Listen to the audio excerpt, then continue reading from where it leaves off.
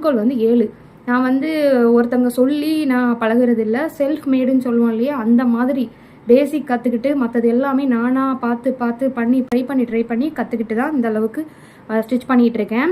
இப்போ வந்து இது பாருங்கள், நான் 7 வச்சுருக்கேன் ஆம்கோல். நீங்கள் எதுக்கு 7ன்னு என்கிட்ட கேட்டீங்க. இது 7 வச்சது ஏதாவது ஒரு லூஸ் இருக்காங்க பாருங்கள், ஏதாவது ஒரு லூஸ் இருக்கா, ஏதாவது குறை இருக்கா பாருங்கள். நல்லா எனக்கு வந்து ப்ளவுஸை மட்டும்லாம் போட்டு காட்ட முடியாது, நான் வந்து அதனால தான் இப்படி தான் காட்ட முடியும் என்னால். பாருங்கள்,